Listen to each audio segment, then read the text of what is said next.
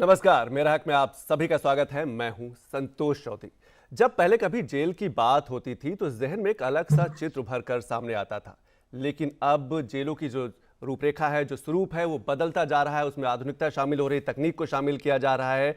आज कुछ इसी विषय पर बात करेंगे कि जेल में तकनीक को कैसे शामिल किया जा रहा है और तकनीक के शामिल होने से सुरक्षा और समय की कितनी बचत हो पा रही है। इसके साथ साथ जो अंदर कैदी हैं उनको योजनाओं के माध्यम से कैसे उन्हें रोजगार से जोड़ा जा रहा है, कैसे आत्मनिर्भर बनाने का प्रयास किया जा रहा है। इसके साथ साथ अगर हम मानसिक स्वास्थ्य की बात करें तो उन्हें योग की तरफ भी उनको आकर्षित किया जा रहा है। कुल मिलाकर प्रयास यही है कि जब भी वो जेल से बाहर जाएं तो एक बेहतर जिंदगी, बेहतर रोजगार के साथ अपने आगे का जीवन जी सके। इसके साथ साथ एक और भी मुद्दे पर बात करेंगे, जो अंडर ट्रायल कैदी हैं, जिनको हम विचाराधीन कैदी कहते हैं। अगर हम देश की जेलों की संख्या की बात करें तो देश की जेलों में लगभग 65 से 70% जो कैदी हैं वो अंडर ट्रायल हैं। बहुत छोटे छोटे मामलों में जेल के अंदर बंद हैं, लेकिन जमानतदार न होने की वजह से या फिर आर्थिक रूप से कमजोर है या बहुत गरीब है, निर्धन है, इसकी वजह से वो जमानत नहीं ले पा रहे हैं। जबकि कानून की तरफ से कई ऐसे प्रावधान है, आईपीसी की धाराओं में कई ऐसे प्रावधान है कि वो कानूनी मदद के सहायता से लेकर वो अपनी जमानत करा सकते हैं, लेकिन कहीं ना कहीं जागरूकता की कमी है। तो आज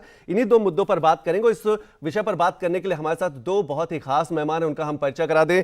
हमारे साथ आनंद कुमार जी हैं, DGP jail, prison and reforms, Uttar Pradesh से जुड़े हुए। इसके साथ साथ जो दूसरे खास मेहमान हैं संजय के चड्ढा जी हैं, सुप्रीम कोर्ट के वरिष्ठ वकील। आप दोनों मेहमानों का हमारे कार्यक्रम में स्वागत। और आनंद सर, मैं शुरुआत आपसे ही मैं करना चाहूंगा। जब हम तकनीक की बात करते हैं और खास तौर से जेल सुधार की बात करते हैं, तो क्या आपको लगता है कि तकनीक के माध्यम से समय भी बच रहा है, सुरक्षा भी बढ़ रही है? क्योंकि बहुत सी सुनवाई वीडियो कॉन्फ्रेंसिंग के माध्यम से भी की जाती है, जिससे जेल जो प्रशासन उस पर दबाव कम पड़ता है।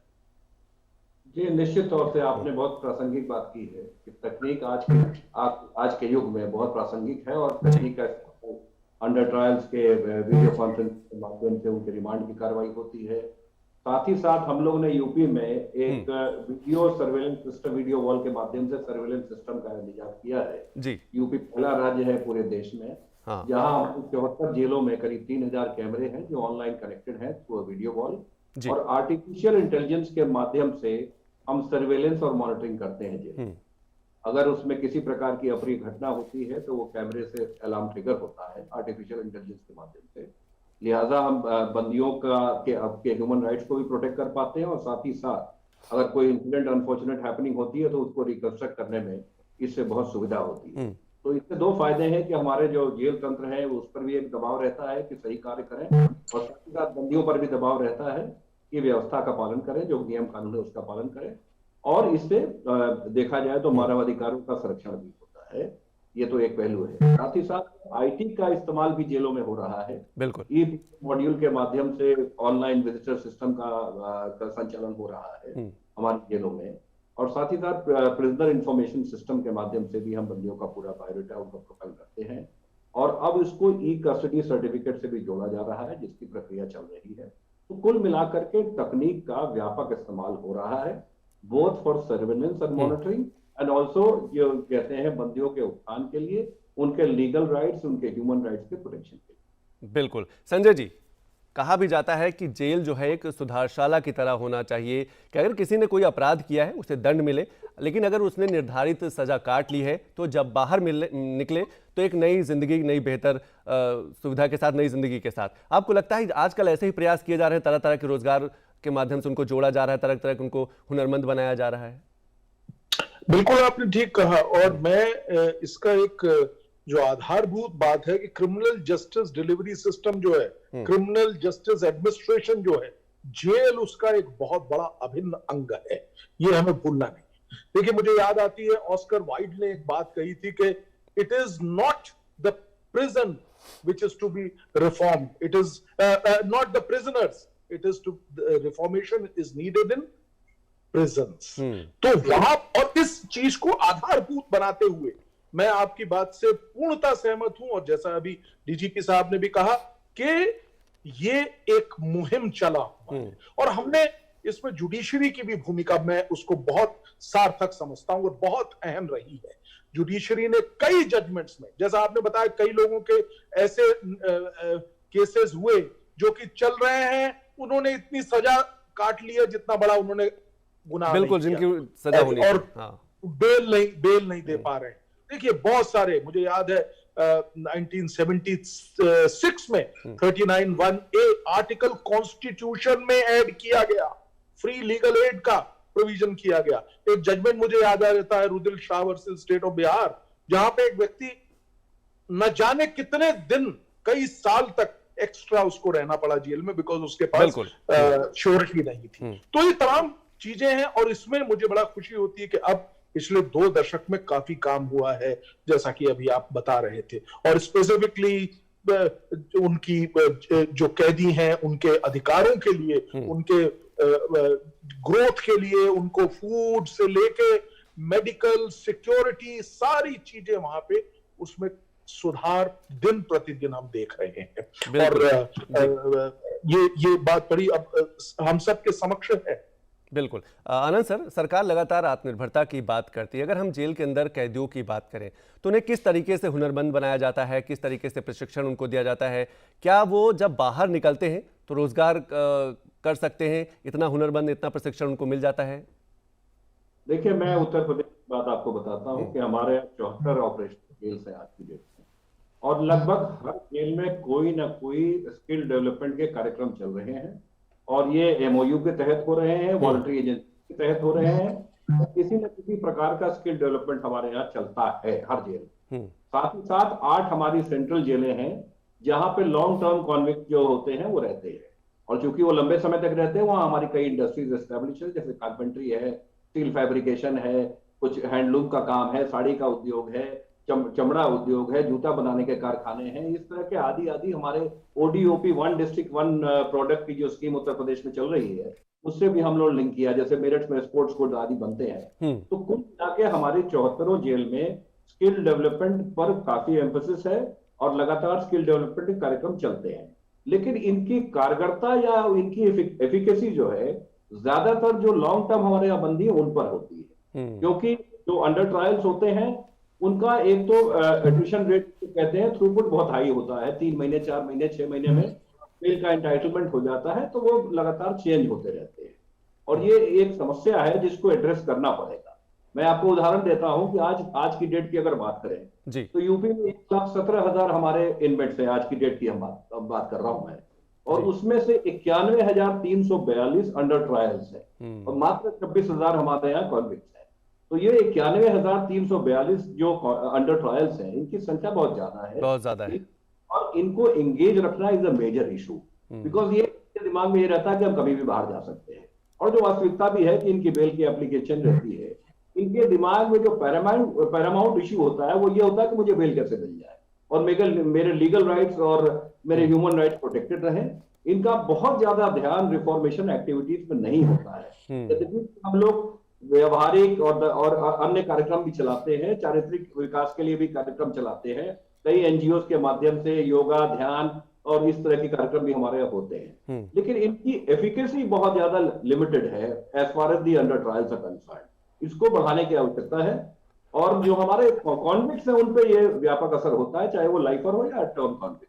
बिल्कुल सर, एक चीज और मैं आपसे समझना चाहूंगा कि क्या समय समय पर इस बात की भी समीक्षा होती है कि जेल के अंदर जो उन्होंने सीखा है, जिसका प्रशिक्षण दिया गया है काम का, रोजगार का, वो बाहर जाकर अपना रहे हैं कि नहीं अपना रहे? क्या इसकी भी समीक्षा होती है क्या समय समय पर?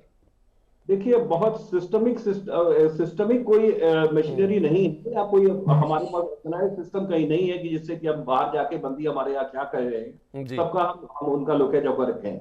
लेकिन ये ज्यादातर हमारे यहाँ जो बंदी बाहर जाते हैं वो कहीं ना कहीं जेल तंत्र से जुड़े रहते हैं, और ये बातें हमारे पास आती रहती हैं, जिसका मैं आपको कोई एविडेंस के तौर पर रिकॉर्ड नहीं दे पाऊंगा, क्योंकि हम लोग रिकॉर्ड रखते हुए नहीं है, क्योंकि बहुत ज्यादा बाहर के जाने के बाद उनसे हमारा कोई सिस्टमिक इंटरफेस नहीं रहता है। लेकिन जो सूचनाएं मिलती रहती है उससे कई बंदी ऐसे हैं जो रिफॉर्म हो करके या जेल में जो उन्होंने स्किल डेवलपमेंट किया उसकी वजह से वो जॉब कर रहे हैं, और इसका एक प्रमाणिक आधार ये है कि हमारी जेलों में जो रेसिडिविज्म कह लीजिए या बार बार हैबिचुअल ऑफेंडर्स की जो संख्या है वो काफी कम है। तो मैं ये मान के चलता हूं, तो प्रिजम्पशन इज कि भाई आप जो भी काम ये कर रहे हो वो क्राइम नहीं कर रहे हैं, किसी न किसी अपनी जीविका चलाने के लिए कोई ना कोई ऐसा काम कर रहे हैं जो लीगल है। बिल्कुल बिल्कुल। संजय जी, अगर अब हम अंडर ट्रायल कैदियों की बात करें, जो विचाराधीन कैदियों की बात करें, जैसे आनंद सर ने भी कहा कि एक बड़ी संख्या है विचाराधीन कैदियों की जेलों में, क्या आपको लगता है जागरूकता की कमी, क्योंकि कई ऐसे कानून हैं, आईपीसी की कई ऐसी धाराएं हैं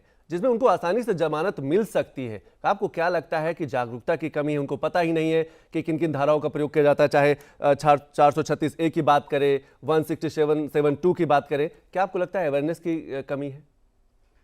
देखिए, अवेयरनेस की कमी के साथ साथ एक चीज और, दो तीन चीजें मैं यहाँ पे सुझाव के तौर पे भी कहना चाहूंगा कि देखिए, एक तो सबसे पहली बात यह है कि अगर अंडर ट्रायल है तो उसको ये मेरा ख्याल है कि सरकार को भी कुछ ऐसी व्यवस्था करनी चाहिए कि उसको ये बताया जाना चाहिए कि आपकी ये ऑफेंस है और इस ऑफेंस में, यानी कि जागरूकता बढ़ाने की भी आवश्यकता है। और जैसा कि हम बार बार कहते हैं कि फ्री लीगल एड की व्यवस्था की गई है, तो फ्री लीगल एड की अगर व्यवस्था है तो ऐसी परिस्थिति में एक्सेस जेल रहने का तो प्रश्न ही नहीं उठना चाहिए। तो ये एक बड़ा अपने आप में क्वेश्चन मार्क लगाता है इस चीज के ऊपर। हमको उन लोगों को बताना है कि ये आपके अधिकार है और इन अधिकारों के तहत आपको ये चीजें मिल रही हैं, फ्री लीगल एड की व्यवस्था है, सारी चीजें हैं। और संतोष जी, मुझे ये बताते हुए बड़ा हर्ष हो रहा है कि इस और हम लोग अब बड़ी सख्ती के साथ काम कर रहे हैं। मैं एक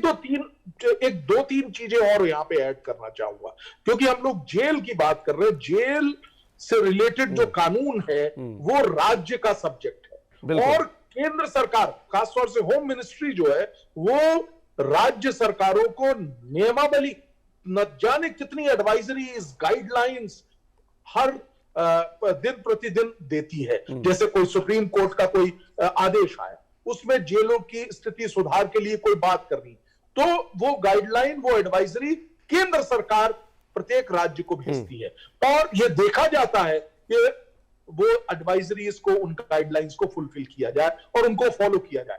ब्रॉडली अगर हम कहें तो 3 सेंट्रल एक्ट हैं, एक तो prisoners act, transfer of prisoners act and एक जो बाहर रिपैट्रिएशन ऑफ प्रिजनर्स, ये 3 एक्ट हैं। इनके तहत ही सारी चीजें ब्रॉडली सेंट्रल गवर्नमेंट की ओर से हैं। बाकी एडवाइजरीज स्टेट्स में अपने जो कानून है, रूल रेगुलेशन से, उनको वो फॉलो करते हैं। और अब हम काफी, अगर आप कंपेयर करें तो मेरे को लगता है कि पिछले 2-3 दशकों में काफी इसमें काम हुआ, काफी सुधार हुआ है। आनंद सर, जब हम अंडर ट्रायल कैदियों की बात करते हैं, विचाराधीन कैदियों की बात करते हैं, तो क्या यही एक बड़ी वजह बन जाती है जब अक्सर चर्चा होती है कि जेलों में क्षमता से अधिक कैदी हैं, क्योंकि बहुत एक बड़ी संख्या अंडर ट्रायल की होती है? निश्चित तौर पर देखिए, भारतवर्ष में ओवरक्राउडिंग की समस्या जो एक ज्वलन समस्या है। आपको मैं बड़ा उससे कह सकता हूँ कि यूपी में जैसे 61,500 की कैपेसिटी के सापेक्ष आज हमें 1,17,000 बंदी हमारे जेलों में है। तो ओवरक्राउडिंग का परसेंटेज ऑलमोस्ट 192% है। लेकिन इससे हम लोग निपटने के लिए कई तरह के हम लोग प्रयास करते हैं। अब कैपेसिटी एडिशन भी कर रहे हैं, जेलें भी बना रहे हैं। लेकिन यहाँ साथ में आपने जो बात कही, जो बंदियों के विधिक अधिकार है, उसको लगातार हम लोग बंदियों को बताते हैं, और इसकी व्यवस्था उत्तर प्रदेश जैसे राज्य में बनी हुई है। जैसे हमारे सप्ताह में एक बार लोक अदालत लगती है। डिस्ट्रिक्ट लीगल सर्विसेज अथॉरिटी एक फोरम है जो कि जिसके अध्यक्ष वहां के जिला जज होते हैं, और वो हफ्ते 15 दिन में जेल में आते हैं, बंदियों को लगातार व्याख्यान देते हैं, उनके लीगल राइट्स के बारे में बताते हैं। और उसमें डीएलएसए में वहां के एक एस्टीम लॉयर भी होते हैं, जिला प्रशासन के अधिकारी भी होते हैं, और आवश्यकता अनुसार जिनको लीगल काउंसिल की जरूरत है वो एंगेज कराते हैं। कोई बंदी अगर निर्धन है, उसके पास कोई साधन नहीं है, तो उसको फ्री लीगल एड का भी कॉन्सेप्ट है, उसके अधिकारों को बारे में बताया जाता है। 436A के मामलों का रिव्यू किया जाता है। 436 में भी जो बंदी पर्सनल बॉन्ड पे भी छोड़े जा सकते हैं, उसके लिए भी डीएलएसए के माध्यम से ये संस्तुतियां जाती हैं। साथ ही साथ हमारे यहाँ एक व्यवस्था और है, अंडर ट्रायल रिव्यू कमेटी की। ये एक त्रैमासिक कमेटी है, हाई लेवल कमेटी है डिस्ट्रिक्ट लेवल पे, जिसमें के अध्यक्ष वहां के जिला जज होते हैं, साथ में वहां के डीएम और एसपी भी उसके सदस्य होते हैं, और 1-2 लोग होते हैं उसमें। और ये लोग बैठ करके under trial review committee state की, जो स्टेट लीगल सर्विसेज अथॉरिटी के माध्यम से अपनी रिकमेंडेशंस देती है, और इसका लाभ बंदियों को मिलता है। लोक अदालत के माध्यम से कई कंपाउंडेबल केसेस होते हैं, जिसमें कि आप वहीं पे मौके पे फैसला हो जाता है। एग्रीड पार्टी और जो विक्टिम होती है उनका फैसला करके कोर्ट संस्तुति भेज दी जाती है, क्योंकि सिविल कोर्ट का स्टेटस है, और तो वो केस निपटा दिए जाते हैं। इस तरह की व्यवस्था है। लेकिन फिर भी ये अंडर ट्रायल्स का ये जो वॉल्यूम्स हैं उसको देखना पड़ेगा, क्योंकि बिल्कुल। ट्रायल जो है डिले हो रहा है। और यद्यपि कि रिमांड की कार्रवाई वीडियो कॉन्फ्रेंसिंग के माध्यम से हो रही है, लेकिन ट्रायल अभी तक कतिपय कारणवश ट्रायल की कार्रवाई अभी तक वीडियो कॉन्फ्रेंसिंग के माध्यम से नहीं हो पा नहीं हो रही पाई है, है। क्योंकि अब मेरे ख्याल से अपेक्षित सुधार की आवश्यकता है। सर एक चीज़ और मैं आपसे संक्षिप्त में समझना चाहूँगा कि जो गरीब हैं, निर्धन है या जिनके पास जमानतदार नहीं है, क्या ऐसे मामलों में सामाजिक संगठनों को आगे आने की ज़रूरत है, या फिर कुछ जागरूक वकीलों का जो ग्रुप है वो आने की ज़रूरत है कि उनका निःशुल्क केस लड़े, ताकि उनको कम से कम जेल के बाहर आ सके, उनको आसानी से जमानत मिल सके? बिल्कुल, आपने बहुत अच्छी बात कही है, बहुत प्रासंगिक है, और कई एनजीओ इसमें व्यापक काम कर रहे हैं। कई लोग अपना नाम भी नहीं दिखाना चाहते, लेकिन वो जेलों से जुड़े हुए हैं, और ऐसे निर्धन बंदी जो कि बेल नहीं दे सकते, तो उनको या तो अदालत से रिक्वेस्ट करके पर्सनल बॉन्ड पे छोड़ा जाता है, या अगर छोटे मोटे उनके फाइन्स है तो उसकी भरपाई भी वो एनजीओ के माध्यम से होती है। और कई बंदी, उत्तर प्रदेश का मैं उदाहरण आपको दे सकता हूँ, कई बंदी हमारे 26 जनवरी, 15 अगस्त या इस तरह के जो राष्ट्रीय पर्व होते हैं उसके उस उत्सव पे हम लोग छोड़ते हैं इस तरह के एनजीओ के माध्यम। संजय जी, क्या वकीलों का ग्रुप निःशुल्क ऐसे काम कर सकता है अलग अलग राज्यों में, अलग अलग जिलों में, कि जो ऐसे जो गरीब हैं, जो निर्धन कैदी अंदर बंद है, जो बहुत ही थोड़ी सी राशि वो जमा नहीं कर पा रहे हैं, इसकी वजह से उनको वर्षों रहना पड़ रहा है, तो ऐसे क्या वकील, आपको लगता है कि ऐसे संगठन आने चाहिए सामने? देखिए, दो बातें। पहले तो संगठन बिल्कुल चाहने चाहिए ऐसा, और ऐसा हो रहा है। इसके अलावा सरकार ने बहुत बहुत स्पष्ट रूप से बताना चाह रहा हूं ये बात, जैसा अभी आनंद जी भी बता रहे थे, कि अब व्यवस्था ये है कि कोई भी कैदी अगर वो चाहे तो उसको फ्री लीगल एड मिलेगी। ये अधिकार दे दिया गया। ये फंडामेंटल राइट तो नहीं है, खैर एक कॉन्स्टिट्यूशनल राइट है ये फ्री लीगल एड का। 39 directive principle of state policy में 39A में ये वर्णित है। तो हर व्यक्ति को अब ये अधिकार दिया गया है कि अगर आप अंडर ट्रायल हैं और आपको कोई किसी भी तरीके की लीगल एड की आवश्यकता है, आपको जाके न्यायालय में एक अर्जी देनी है। वहीं से ही, अपने जेल से ही आप एक अर्जी अपने हाथ से लिख के दे देंगे, उसमें भी काम आपका हो जाएगा, और आपकी चाहत का वकील मिलेगा। सुप्रीम कोर्ट में इतना स्पष्ट शब्दों में भी एक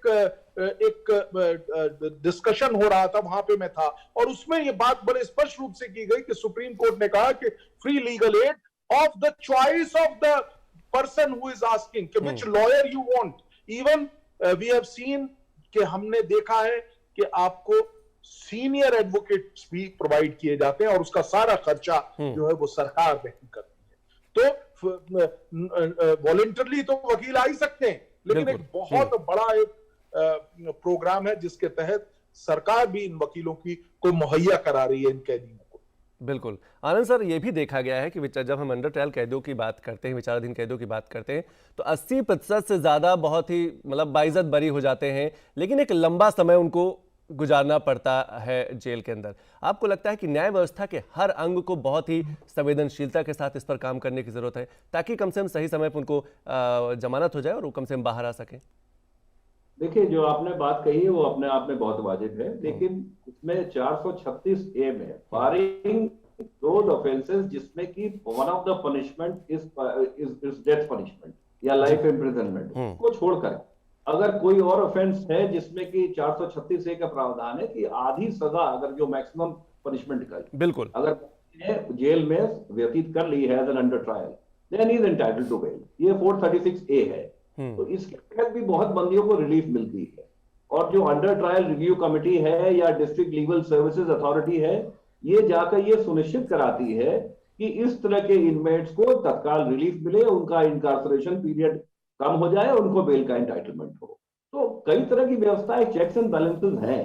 और साथ ही साथ सुप्रीम कोर्ट में एक PIL हुई थी 30 inhuman conditions in prison 1382 prison 2015 में। उसमें व्यापक निर्देश दिए गए हैं माननीय उच्चतम न्यायालय के डबल बेंच द्वारा, जिसका अक्षर से अनुपालन हो रहा है। और ये जो UTRC का गठन है, या प्रिजन्स में आप CCTV कैमरास का इंस्टॉलेशन है, या आपके जो ई प्रिजन मॉड्यूल है, ये सब उसके तहत काफी व्यापक सुधार हुआ है। लेकिन हाँ, इसमें और सुधार की आवश्यकता अभी भी है, क्योंकि अंडर ट्रायल पॉपुलेशन जेलों में पूरे भारतवर्ष में की संख्या बहुत है, और ये चिंता का विषय है।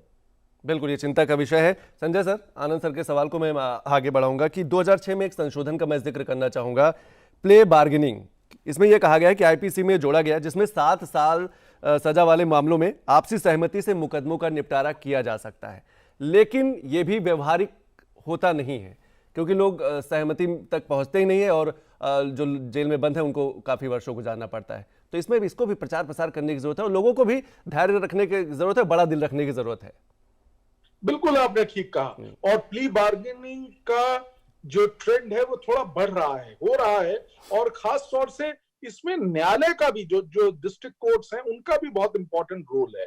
जब एविडेंस के लिए जो कंप्लेनेंट है या जो विटनेसेस हैं वो आते हैं तो उनको इस चीज को समझाया जाए और वो चीज अकॉर्डिंगली उसको अगर प्लेस की जाए तो वो किया जा सकता है, और उसकी मेरे को लगता है एक आवश्यकता है। अब आप देखिए, जब कोविड हुआ था तो सेंट्रल गवर्नमेंट ने एडवाइजरी जारी की थी और किस तरीके से हमने जेलों पे जो प्रेशर है उसको कम करने का प्रयास किया था। तो क्यों नहीं वो प्रयास अभी भी किया जा सकता? कौन से कैदी भागते हैं हमारे? कोई कैदी ऐसे मेजरली तो कुछ इस तरह का इंसिडेंट हम लोगों के नजर में नहीं आया। तो जब उस वक्त काफी बड़ी संख्या में पूरे देश से कई कैदियों को रिलीज किया गया था और जो बेल पे थे, इंटरिम बेल पे, कुछ समय की बेल पे थे, उन लोगों की बेल्स भी एक्सटेंड हुई। एक ऐसा प्रोसीजर भी डेवलप किया जा सकता है संतोष जी, जिसके तहत जेल में रखने के बजाय उनको एक ऐसा समय, एक ऐसा प्रोविजन किया जाए कि वो न्यायालय में 1 माह में जाके रिपोर्ट करेंगे या कुछ, अगर वो हीनियस क्राइम नहीं है या ऐसा नहीं है कि वो किसी भी तरीके से जो अभियुक्त है वो छेड़छाड़ करेगा सबूतों से। बिल्कुल, इस पर आनंद सर का एक कमेंट जरूर लेंगे, लेकिन आनंद सर एक सवाल और, जब हम समाज की बात करते हैं, धैर्य की बात करते हैं, तो आपको क्या लगता है कि लोगों का धैर्य भी टूटता जा रहा है? सामाजिक जो बंधन हुआ करते थे कभी, वो टूट रहे हैं। हर छोटी सी बात, लड़ाई कहा सुनी, वो थाने तक पहुंच जाती है, थाने से वो तहसील कोर्ट तक पहुंच जाती, कोर्ट से जेल तक पहुंच जाती। आप, जबकि पहले ऐसा नहीं था, पंच प्रधान की एक पूरा प्रावधान था, लोगों के अंदर लिहाज था। आपको लगता है वो सामाजिक बंधन, वो सामाजिक ताना बाना टूट रहा है, इसीलिए मामले भी बढ़ रहे हैं, एफआईआर ज्यादा लिखी जा रही है और कोर्ट में संख्या भी बढ़ रही है? देखिए, मेरे ख्याल से ये एजुकेशन का एक साइड है। ज्यादा लोगों को जानकारी हो गई कानून और अपने अधिकारियों को जानकारी होने से जो ट्रेडिशनल इंस्टीट्यूशंस थे वो थोड़ा डिफरेंट हो गए जी। जो एक पंचायत का मॉडल था या पंच बैठ करके फैसला कर देते थे, वो उसको एक तरीके से एक इनफॉर्मल अमली जामा, एक लीगल अमली जामा पहना दिया जाता था और बातें मान ली जाती। लेकिन आज डिस्प्यूट रेजोल्यूशन का एक ऑल्टरनेटिव मैकेनिज्म चूंकि आ गए हैं, लोग अपने राइट्स को समझने लगे हैं, इसलिए केसों की संख्या छोटे छोटे मामलों में भी बढ़ने लगी है। तो इसमें भी कहीं ना कहीं एक विधिक व्यवस्था बनानी पड़ेगी कि छोटे मोटे मामलों को हल करने के लिए लोकल लेवल पे या एक कमेटी बना करके या कोई इस तरह के एम्पावर्ड ग्रुप को अधिकार देना पड़ेगा। लोक अदालत इसका एक ज्वलंत उदाहरण है, जो कि एक सक्सेसफुल मॉडल है। आप जानते हैं कि लोक अदालत अब एक एक्ट के तहत उसको एक सिविल कोर्ट का दर्जा दिया गया है और कई हद तक जो कंपाउंडेबल ऑफेंसेस हैं 320 सीआरपीसी में, उसके तहत लोक अदालत बहुत कारगर सिद्ध हुई है। कई छोटे मोटे झगड़े और इस तरह के जो विक्टिम और एक्यूज के आपके केसेस हैं, उनका ऑल्टरनेट डिस्प्यूट रेड्रेसल सिस्टम के रूप में लोक अदालत उभर के आई है। मेरे ख्याल से उनको और एम्पावर करने की जरूरत है और लोक अदालत के ही मॉडल पे अगर अन्य भी कोई एजेंसी खड़ा कर दी जाए, जिससे कि जो number of pendencies of cases हैं उसमें न्यायालय को छूट मिल सके, न्यायालय can concentrate on more heinous offences, जिसमें कि trial day to day basis पे हो और जल्दी अतिशीघ्र संपन्न हो। बिल्कुल संजय जी, जब हम जेल और कैदियों की बात करते हैं तो बाहर बहुत कम चर्चा होती है इनके सुधार को लेकर। आपको लगता है इसमें मीडिया, सोशल मीडिया भी अपनी एक महत्वपूर्ण भूमिका अदा कर सकता है? आईपीसी की जो महत्वपूर्ण धाराएं हैं उनके बारे में लोगों को बताया जा सकता है, उनके परिजनों को, उनके घर वालों को बताया जा सकता है ताकि उसका वो लाभ उठा सके? बिल्कुल, ये बहुत, देखिए, कानून बना देने से, व्यवस्था खड़ी कर देने भर से नहीं चलेगा। हमको उस व्यवस्था को, हमारा देश एक बहुत बड़ा देश है संतोष, हमको उस व्यवस्था को जन जन तक पहुंचाना है। अगर हमको वो मासेस तक पहुंचानी है चीज, तो हमको उसका प्रचार प्रसार बड़े वृहत स्केल पे करना पड़ेगा, बहुत बड़े स्केल पे करना पड़ेगा, जिससे कि जो ये सुविधाएं सरकार ने, सरकारी तंत्र इस चीज को बहुत एग्रेसिवली काम कर रहा है। मैं आपको बता रहा हूं आपको इस चीज को कि हमने कैसे जो लोग हैं उनको मुफ्त लीगल सलाह देनी है। तो इसके लिए जो डिस्ट्रिक्ट लेवल पे और नलसार और इस तरह के कई सारी बॉडीज हैं जो कि एग्जिस्ट कर रही हैं और बहुत बड़े स्केल पे काम कर रही हैं। और कॉलेजेस के साथ एक नया ट्रेंड चला है अभी कि डिफरेंट लॉ कॉलेजेस के साथ मिलके वो जन साधारण तक पहुंचने की कोशिश कर रही हैं, जिससे कि जो एक फंडामेंटल उनका प्रोग्राम है स्प्रेडिंग लीगल अवेयरनेस जिसे कहते हैं, उसके लिए वो जन जन तक पहुंचने का प्रयास कर रहे हैं, लॉ स्टूडेंट्स को इन्वॉल्व कर रहे हैं और कई ऐसे लोग हैं जो इसमें बहुत भरसक प्रयत्न कर रहे हैं। आनंद सर, आप जेल से बारीकी से जुड़े हुए हैं, समस्या और सुधार दोनों अच्छी जानकारी आपको। क्या खुली जेल के कॉन्सेप्ट को एक बार फिर से लाया जा सकता है? क्योंकि 1905 में शुरुआत हुई, 1910 में बंद हो गई, क्या एक बार फिर से शुरुआत की जा सकती है? निश्चित तौर पे देखिए, शुरुआत तो अभी कई राज्यों में खुली जेल का कॉन्सेप्ट बहुत अच्छे से चल रहा है। मैं राजस्थान का उदाहरण दे सकता हूँ। उत्तर प्रदेश में हमारे पास एक ओपन जेल है जिसको हम मॉडल जेल कहते हैं, और वहां की व्यवस्था भी बहुत अच्छी चल रही है, जहां पे कि हम सेलेक्ट करके ऐसे बंदियों को लाते हैं जिन्होंने अपने सजा की एक निर्धारित अवधि पूरी कर ली है, और साथ ही साथ उनका चाल चलन जेलों में उस समय तक जो उनका रिकॉर्ड है वो देखा जाता है, और उसके अलावा फैमिली कॉन्टैक्ट करके उन बंदियों का चयन किया जाता है। फिर उनको प्रिजन में ला करके उनको स्किल डेवलपमेंट आदि कार्यों से जोड़ा जाता है, उनको बाहर भी भेजते हैं जिससे कि वो अपनी वोकेशन कर सके, अपनी अर्निंग कर सके, और साथ ही अपने परिवार को अपनी अर्निंग से भेज सके। तो इस तरह के हमारे एक जेल जो मॉडल जेल लखनऊ में है वो 1949 से चल रही है, और आज भी हमारे बंदी वहां जो लॉन्ग टर्म कॉन्विक्ट्स होते हैं वो वहां रह के एम्पावर हो रहे हैं, फाइनेंशियली सेल्फ सस्टेन्ड हो रहे हैं और बाहर जाके काम करते हैं। और बहुत कम ऐसे इंस्टेंसेस आए हैं जहां से बंदी भागे हैं, और वो काफी खुश हैं क्योंकि दिन में वो बाहर जाते हैं, अपने परिवार से मिलते हैं, अपना व्यवसाय चलाते हैं और शाम को जेल में आ जाते हैं। बिल्कुल। और इंस्टेंसेस ऑफ एस्केप और इस तरह की चीजें नगण्य के बराबर है। तो इसको और इंटीग्रेट करने की आवश्यकता है, और बंदियों के चयन की प्रक्रिया has to be very careful, क्योंकि आप ऐसे हैबिचुअल या हार्डकोर या बिल्कुल प्रोफेशनल क्रिमिनल्स को अगर आप डालेंगे तो वो व्यवस्था पे व्यवधान डालेंगे। वहां हमने जो आवश्यक है कि वी शुड एक्सरसाइज डिस्क्रिशन, और जो बाकी बंदी हैं, जो फर्स्ट टाइमर्स हैं, उनमें सुधार की गुंजाइश भी होती है और वो सुधार करने के प्रयासरत भी होते हैं। तो उनको चयनित करके उनमें डेफिनेटली रिफॉर्म लाया जा सकता है। बिल्कुल रिफॉर्म लाया जा सकता है, और लगातार सुधार की प्रक्रिया चल भी रही है। आप दोनों मेहमानों ने हमारे कार्यक्रम में शिरकत की, इसके लिए बहुत बहुत शुक्रिया। तो मेरा कार्यक्रम में आज हमने चर्चा की कि कैसे हम जो जेल का बदलता स्वरूप है, तकनीक से जो जेलें जुड़ रही हैं, उनसे आने वाले दिनों में क्या उनका स्वरूप होगा। इसके साथ साथ जो अंडर ट्रायल कैदी हैं, जो विचाराधीन कैदी हैं, कई ऐसे आईपीसी की धाराएं हैं, कई ऐसे कानून हैं जो उनको सीधे तौर पर संरक्षण प्रदान करते हैं। क्योंकि अक्सर देखा गया है, पूरे देश भर की अगर जेलों की बात करें तो एक बड़ी संख्या जो है वो विचाराधीन कैदियों की है, अंडर ट्रायल कैदियों की, जो बहुत छोटे छोटे मामलों में बंद है, लेकिन निर्धन है, गरीब है, आर्थिक रूप से कमजोर हैं या जमानतदार नहीं है। इसकी वजह से वो वर्षों से रह रहे हैं, लेकिन वो आईपीसी की धारा और इसके साथ साथ कानून जो बनाए गए हैं उसका वो लाभ ले सकते हैं। तो मेरा कार्यक्रम आपको कैसा लगा हमें जरूर लिखिएगा। हमारा पता है कमरा नंबर 226, कॉर्पोरेट मार्ग, मंडी हाउस, नई दिल्ली 110001 का हमें फोन कर सकते हैं। हमारा फोन नंबर है 233-86947। अगर आप दिल्ली के बाहर से फोन करें तो दिल्ली का स्टडी कोड 01 लगाना मत भूलिएगा। आज के लिए बस इतना ही, नमस्कार।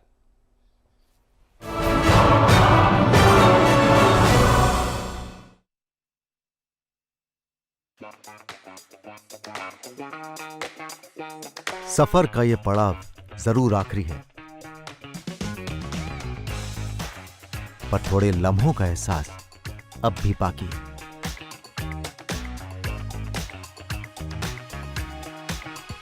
हर पहलू में कई रंग मिले जीवन के, पर थोड़े रंगों में रंगना अब भी बाकी है। कई अद्भुत मंजर देखे, कई नई बातें जानी,